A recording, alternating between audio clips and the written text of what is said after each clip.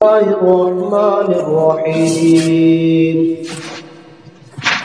يا أيها الذين آمنوا قوا أنفسكم وأهليكم نارا وقودها الناس والحجارة أعدت للكافرين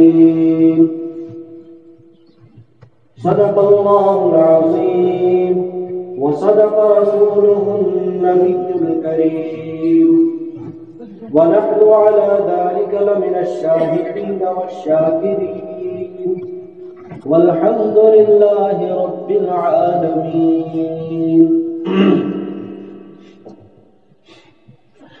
محترم بھائیوں، بزرگوں، دوستوں اور نوجوان ساتھیوں، السلام علیکم ورحمۃ اللہ وبرکاتہ۔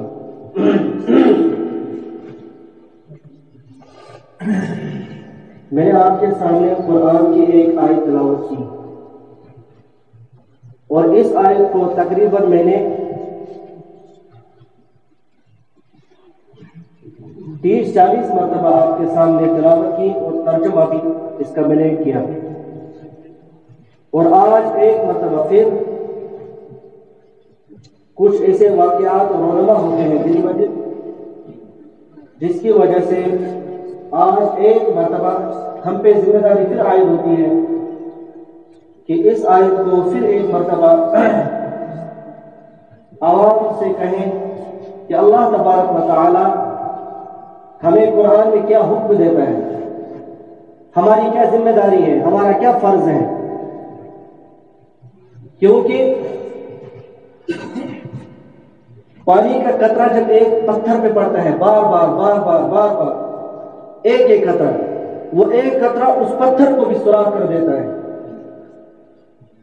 اگر ایک ہی مرتبہ اس پتھر کے اوپر پانی پھینکا جائے اس پتھر کو کچھ نہیں ہوگا، لیکن ایک قطرہ روز اس کے اوپر پڑتا رہے گا، ایک نہ ایک دن اس پتھر کو بھی سوراخ ہو جائے گا۔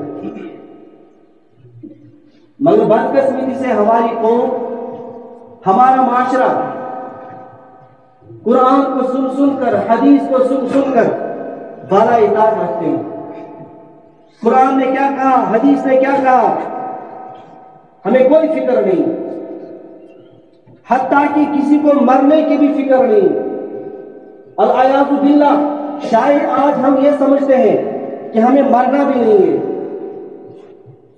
ایسے دنیا میں مست ہو چکے ہیں، ایسے مست ہو چکے ہیں۔ اللہ تبارک و تعالیٰ نے فرمایا یا ایھا الذین آمنوا قوا انفسکم واہلیکم نارا، اے ایمان والو، اور بار بار یہاں پہ اللہ تبارک و تعالیٰ نے خاص طور پر ایمان والوں سے کہا، عام لوگوں سے نہیں، کفار سے نہیں، یہود و نصارہ سے نہیں، صرف ایمان والوں سے کہا اے ایمان والوں بچاؤ اپنے آپ کو۔ پہلے کہا اپنے آپ کو بچاؤ، اس کا مطلب یہ ہے کہ اگر آپ کو معاشرہ بنانا ہے تو اپنے آپ کو سدھارنا ہے، اگر آپ کو اس دنیا کو اچھا بنانا ہے تو آپ نے سب سے پہلے اپنے آپ کو سنبھالنا ہے، اپنے آپ کو سدھارنا ہے۔ کوئی بھی نصیحت کرنی ہو پہلے اپنے آپ سے کرو، تب جا کے معاشرہ سدھرے گا۔ آپ کسی کے اوپر ایک انگلی اٹھاتے ہیں تو 3 انگلیاں آپ کی طرف اشارہ کرتی ہیں کہ آپ خراب ہیں،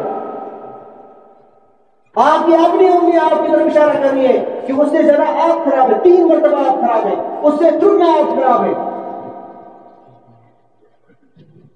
قرآن نے کہا سب سے پہلے اپنے آپ کو بچاؤ، اپنے آپ کو بچاؤ، وَأَهْلِكُمْ نَارًا، اور اپنے اہل و عیال کو بچاؤ۔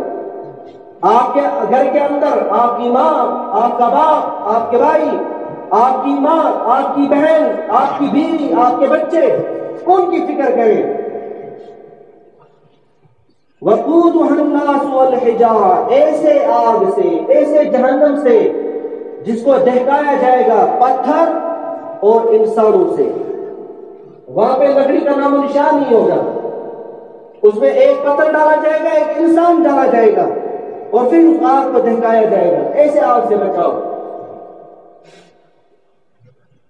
تو قرآن نے کیا کہا، کس چیز سے بچا رہے ہیں، کیا کرنا ہے، یعنی تربیت کرو اپنے آپ کی، اپنے اہل و عیال کی۔ کیونکہ آپ سے پوچھو گی کل قیامت کے دن کہ آپ نے کیا کیا۔ اگر آپ کی اولاد بے راہ روی اختیار کرتے ہیں، غلط راستہ اختیار کرتے ہیں، آپ سے پوچھو گی۔ ہدایت ہمارے ہاتھ میں نہیں ہے، ہدایت اللہ تعالیٰ کے ہاتھ میں ہے، لیکن ہم سے پوچھا جائے گا آپ نے کیا کیا؟ کیا آپ نے اولاد کو سمجھایا؟ کیا آپ نے اپنے آپ کو سمجھایا؟ کیا آپ نے پڑوسی کو سمجھایا؟ جب غلط ہو رہا تھا آپ کے سامنے آپ نے آواز اٹھائی، آپ نے روکنے کی کوشش کی؟ یہ پوچھو گے ہم سے۔ تو ہدایت اللہ تعالیٰ کے ہاتھ میں، وہ ہدایت کریں گے تو ٹھیک، قسمت میں ہدایت ہوگی تو ہوگی، نہیں ہوگی تو گمراہ ہو جائے گا۔ آج ہمارا معاشرہ، آج ہمارا سماج دھرندی کے روپ لے رہا ہے۔ دن بدن ایسے واقعات ہونے ہوتے ہیں کہ انسان کا سر شرم کے مارے جھک جاتا ہے۔ اسی ہفتے میں سری نگر میں ایک لڑکی کے اوپر ایسڈ پھینکا گیا، تیزاب پھینکا گیا۔ کیوں پھینکا گیا؟ حالانکہ جب معاملہ لگتا ہے تو دونوں طرف سے سنا جاتا ہے غلطی کس کی ہے۔ فی الحال ہم یہاں پہ فیصلہ کرنے نہیں آئے، لیکن دیکھنا یہ ہے کہ تیزاب کیوں پھینکا گیا۔ اس کے معاملات کچھ ہوں گے، لڑکے کی بھی کچھ بات ہوگی، لڑکی کی بھی کوئی بات ہوگی، ایسے کوئی پھینکتا ہے، لیکن ہم معاملہ حل کرنے نہیں آئے ہیں، ہم یہاں پہ عدالت نہیں لگائے ہیں، لیکن معاشرے کو سوچنا ہے کہ کیوں پھینکا گیا۔ یہ تیزاب پھینکنے کا معاملہ پہلے یورپ میں ہوا کرتا تھا، کشمیر میں کیسے آیا؟ ہمارے گھروں میں ٹی وی آ گئے، ہم نے غلط فلمیں، غلط ڈرامے دیکھے، ہمارے ہاتھوں میں موبائل آ گیا، ہم نے وہ غلط چیزیں دیکھی۔ ہم صرف رٹ لگائے ہوئے ہیں کہ ڈرگ ایڈکشن، یہ ڈرگ ایڈکٹ ہے، لیکن آپ کو یاد ہونا چاہیے کہ موبائل ایڈکٹو بھی ہے، موبائل بھی ایک نشہ ہے۔ کتنے سارے نوجوان ویڈیو کے چکر میں، یوٹیوبر بننے کے چکر میں، فیس بکر بننے کے چکر میں ٹرین کے ساتھ لگ گئے، گزرتی ٹرین کے ساتھ انہیں ویڈیو بنایا، زندگی کا خاتمہ کر بیٹھے۔ ہمارے کشمیر کے اندر کتنے سارے ٹرین کے نیچے چلے گئے اور زندگی ہار دی۔ بڑے بڑے یوٹیوبر بننے کے لیے پہاڑوں پہ چڑھ جاتے ہیں، پیر پھسل گیا تو زندگی چلی گئی۔ جس چیز میں انسان کو اپنے عقل کے اوپر کنٹرول نہ رہے وہ چیز نشہ ہے، اور ہر نشہ چیز حرام ہے۔ آج گھروں کے اندر اگر 5 افراد ہیں، 5 افراد کے اپنے ہاتھ میں 5 موبائل ہیں، شام میں کوئی کسی کے ساتھ بات نہیں کرتا، موبائل کے ساتھ لگے ہوئے ہیں۔ موبائل کے نقصانات بھی ہیں، فائدے بھی ہیں۔ بہت ساری زندگی سے بہت فائدہ ملا، میں کہتا ہوں سب سے زیادہ نقصان ہوا چھوٹے چھوٹے بچے کو موبائل دیا گیا آن لائن ایجوکیشن کے نام سے، لیکن وہ نوجوان نسلیں کہاں گئی؟ کتنا پڑھا، کتنا آن لائن سے سیکھا؟ نہیں، کوئی فکر نہیں۔ 1% موبائل سے فائدہ ہوا ہوگا، لیکن 99% اس سے نقصان ہوا۔ ہمارا معاشرہ برباد ہو چکا۔ ہمیں سوچنا ہے، جب اولاد کے اوپر کنٹرول نہیں ہوگا، جب اولاد کی اچھی تربیت نہیں ہوگی تو ایسے واقعات رونما ہوں گے۔ تو سری نگر جیسے واقعات رونما ہوں گے، لڑکیوں کے اوپر تیزاب پھینکا جائے گا، بیٹی اور بہنیں جہیز کے نام پہ قتل ہوں گی جب تربیت نہیں ہوگی۔ تو لڑی جیسے واقعات بھائی کے ہاتھوں پہلے شرمناک حرکت کے بعد پھر قتل ہوں گے، ایسے واقعات ہوتے رہیں گے جب اولاد کی تربیت نہیں ہوگی۔ بھائی کو قتل کرنے کا زمین کے نام پر جب اولاد کی تربیت نہیں ہوگی، جب دین کی تعلیم نہیں ہوگی، جب اخلاق نہیں ہوں گے۔ اب ہم زیادہ دور نہیں جائیں گے، ہمارے کشمیر کے اندر بھائی کے ہاتھوں قتل ہوا، باپ بیٹے کے ہاتھوں قتل ہوا، ریت کے نام پہ قتل ہوئے، زمین کے نام پہ قتل ہوئے، بیوی کے نام پہ قتل ہوئے، بچوں کے نام پہ قتل ہوئے ہمارے کشمیر کے اندر۔ وجہ کیا ہے؟ وجہ یہی ہے کہ دین سے دوری، قرآن اور حدیث کی تعلیم سے دوری۔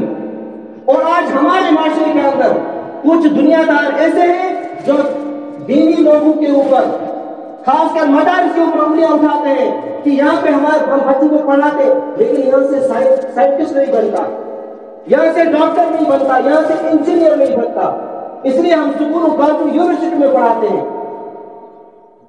ٹھیک ہے، مانتے ہیں اگر دینی مدارس کے اندر 100 غلطیاں ہیں، میں مانتا ہوں غلطیاں ہوگی، انسان کے اندر غلطیاں ہیں، لیکن دینی مدارس ہر سال حفاظ آپ کو پیش کرتا ہے، دینی مدارس ہر سال آپ کو علماء دیتے ہیں، دینی مدارس ہر سال آپ کو مفتیان کرام دیتے ہیں۔ آپ نے یونیورسٹی کالج سے رٹ لگائی، مجھے بتاؤ یونیورسٹیوں سے کالج سے کتنے سائنٹسٹ نکلے، کتنے ڈاکٹر نکلے، کتنے انجینئر نکلے؟ یہ تو آپ کا کام تھا۔ آج مسلم دنیا یورپ کا غلام کیوں ہے؟ معمولی سر کی دوا بنانے کے لیے ہم غیر کے محتاج کیوں ہیں؟ ہم نے ایسے سائنٹسٹ پیدا کیوں نہیں کیے، ایسے ڈاکٹر پیدا کیوں نہیں کیے جو معمولی دوا بنا سکے؟ اتنی بڑی بڑی یونیورسٹیاں، اتنے کالج، اتنے سکول ہم نے بنائے، وہاں پہ 100% وہاں پہ بولے، لیکن پھر پڑھ کر کہاں جاتے ہیں بچے؟ بس اولاد کی یہی تربیت ہوتی ہے کہ آپ نے پڑھنا ہے، پڑھ کے بڑا آدمی بننا ہے، پیسے کمانا ہے، اور اپنے سے دور رکھتے ہیں، کسی بوٹنگ میں ڈال دیتے ہیں، آپ غلام بن رہے ہیں، گھر کا ماحول آپ کو لگ جائے گا، آپ نہیں پڑھ پاؤ گے، یا پڑوسی بچے ہیں ان کے ساتھ گھر میں ہو جاؤ گے، لہذا دور، آنکھوں سے دور، دل سے دور کچھ چھوڑ آتے ہیں۔ جب وہ پڑھائی کر کے آتے ہیں، جب کوئی جاب لگ جاتی ہے، بزنس مین بن جاتے ہیں، واپس آتے ہیں، ماں باپ بوڑھے ہو چکے ہیں، اور پھر یہی بچہ اس ماں باپ کو اولڈ ایج ہاؤس میں ڈال دیتا ہے، کیونکہ تربیت نہیں ہوئی۔ پہلے بچے کو دور کیا، اب بچے نے ماں باپ کو دور کیا، تربیت نہیں ہوئی۔ حضرت عمر فاروق رضی اللہ تعالیٰ عنہ 27 سال کے تھے جب اسلام قبول کیا، نوجوان تھے، اور تلوار ہاتھ میں رکھی، کہا آج کے بعد اگر کسی میں ہمت ہے تو نماز پڑھنے سے روکے مکہ میں۔ تب تک چھپ چھپ کے عبادت ہوا کرتی تھی۔ حضرت عمر فاروق کی ایمان لانے سے کھلم کھلا ہر ایک نماز ہوئی۔ 27 سال کے نوجوان، اللہ تبارک و تعالیٰ کو نوجوان کی عبادت نبیوں کا پیشہ بنا ہے، نوجوان کی عبادت توبہ قبول ہے، زیادہ پسند ہے، اور بعض علماء نے کہا کہ نوجوان کی عبادت نبیوں کا شیوا ہے۔ محمد بن قاسم 17 سال کی عمر میں، 17 سال کی عمر میں سندھ کو فتح کیا، 18 سال کی عمر میں ہندوستان کو فتح کیا، اور اسلام کا دروازہ کھول دیا ہندوستان میں۔ اس کے بعد علماء آئے، اس کے بعد ولی آئے، انہوں نے اسلام کا پرچم لہرایا، لیکن دروازہ محمد بن قاسم نے کھولا جو صرف 18 سال کے تھے۔ ماں کی تربیت، شیخ عبد القادر جیلانی رحمۃ اللہ علیہ اپنے پیسے پیش کرتے ہیں چور کے سامنے، پہلے تلاشی لینے کے بعد کوئی پیسہ نہیں ملا، کہا بیٹا پیسہ ہے کہاں ہے، کہاں ہے، یہاں سے نکالا کہیں بغل سے، پیسے دیے، چور پریشان ہو گئے، آپ نے کیوں کھود دیے؟ جب ہم تلاشی کے بعد ہم بازیافت نہ کر پائے، کہا مجھے میری ماں نے کہا کبھی جھوٹ نہ بولنا، یہ ماں کی تربیت، اور ان چوروں نے کلمہ پڑھا، مسلمان ہو گئے۔ آج ہمارے کرتوتوں سے، آج ہمارے کارنامے سے غیر شرمندہ ہے، کیسے مسلمان ہیں؟ کسی شاعر نے کہ خوب کہا ہے، دل کے کپولے جل اٹھے سینے کے داغ سے، اس گھر کو آگ لگی گھر کے ہی طرح۔ ہم تو پہلے سنا کرتے تھے، تو آج ہم نے ٹی وی پہ دیکھا باہر یہ ہوا، باہر وہ ہوا، آج ہمارے پڑوسی میں ہو رہا ہے۔ دوستوں یہ صرف دین سے دوری کا نتیجہ ہے۔ ہم نے دین کو بالا اطاعت رکھا، قرآن کو بالا اطاعت رکھا، حدیث کو بالا اطاعت رکھا، اور ہم فخر سے کہتے ہیں کہ ہم مسلمان ہیں۔ ہم سب کی ذمہ داری بنتی ہے، ہمارے اوپر فرض ہے کہ ہم تربیت کریں۔ جب اچھی تربیت ہوگی تو کوئی بے وجہ قتل نہ ہوگا، تو کسی کے اوپر تیزاب نہ پھینکا جائے گا، تو بھائی بھائی کے ہاتھوں قتل نہ ہوگا، ریت کے نام پہ قتل و غارت نہ ہوگی، زمین کے نام پہ قتل و غارت نہ ہوگی۔ ہجرت کے بعد جب حضرت نبی اکرم صلی اللہ علیہ وسلم نے مکہ سے ہجرت کی مدینہ، جو صحابہ ان کے ساتھ تھے انہوں نے سب کچھ چھوڑ دیا، زمین، زراعت، مکانات، بیوی، بچے سب چھوڑ آئے مکہ میں۔ جب مدینہ میں پہنچے تو صرف خالی ہاتھ تھے، کچھ نہیں تھا۔ حضرت نبی اکرم صلی اللہ علیہ وسلم نے صحابہ سے کہا، اے صحابہ یہ آپ کے بھائی ہیں، یہ دین کے خاطر اپنے زمین زراعت اپنے وطن کو چھوڑ کے آئے، لہذا آپ کے اوپر فرض بنتا ہے کہ ان کو اپنے حصے سے کچھ دو۔ تو مدینے کے صحابہ نے اگر کسی کے پاس 2 مکان تھے 1 مکان دے دیا، کسی کے پاس 2 بیویاں تھی 1 بیوی کو طلاق دے دی اور اس کو نکاح میں دے دی، کسی کے پاس 2 باغ تھے 1 باغ دے دیا۔ اس لیے اللہ تعالیٰ کا انصاف مدد کرنے والے وہ تھے صحابہ۔ اگر آج کا دور ہوتا تو غریب تو ہے وہ بھوک سے مر جاتا، کیونکہ آج بھائی سکے بھائی کا نہیں ہے، آج بیٹا باپ کا نہیں ہے۔ ہم نے سنا ہے کہ محشر کے دن نہ اسی دن باپ بیٹے کا نہ بیٹا باپ کا ہوگا، لیکن اس دنیا میں وہ ہو رہا ہے، ہمارے کشمیر میں ہو رہا ہے۔ مرنا ہے، اللہ تعالیٰ کو جواب دینا ہے۔ وہ جو آج ہمارے پاس پراپرٹی ہے ہماری نہیں ہے، یہ جو آج زمین کے نیچے ان کے نام پہ تھی، پھر انتقال کر کے منتقل ہو کے ہمارے نام پہ آ گئی، پھر ہم سے ہمارا انتقال ہو جائے گا، ہمارے نام سے منتقل ہو کر آنے والے اولاد کے نام ہوگی۔ اس دنیا نے، اس زمین نے لاکھوں کروڑوں اربوں انسان کو کھایا، لیکن اس زمین کو کسی نے نہیں کھایا۔ یہ زمین یہی رہے گی، کوئی زمین چھیننے والا نہیں ہے کسی سے، لیکن زمین میں بہت سارے نوجوان، بہت سارے مسلمان، بہت سارے خوبصورت حسین و جمیل لوگ کھا گئے، اس کو کوئی کھانے والا نہیں ہے۔ ہمارا دھوکہ ہے اور شیطان اسی کام میں لگا ہوا ہے کہ میں آپ کے اوپر کیسے اٹیک کروں، کیسے پورا کروں۔ اللہ تبارک و تعالیٰ نے جب شیطان کو نکال دیا جنت سے تو شیطان نے کہا یا اللہ مجھے بہت دیجیے کیا مطلب، میں آپ کے اس بندے کو آگے سے، پیچھے سے، دائیں سے، بائیں سے اٹیک کروں گا، پورا کرنے کی کوشش کروں گا۔ اللہ تعالیٰ نے کہا جاؤ، لیکن شیطان کو 2 باتیں بھول گئی، کہا میں آپ کے بندے کو اوپر سے اور نیچے سے اٹیک کروں، یہ بھول گیا۔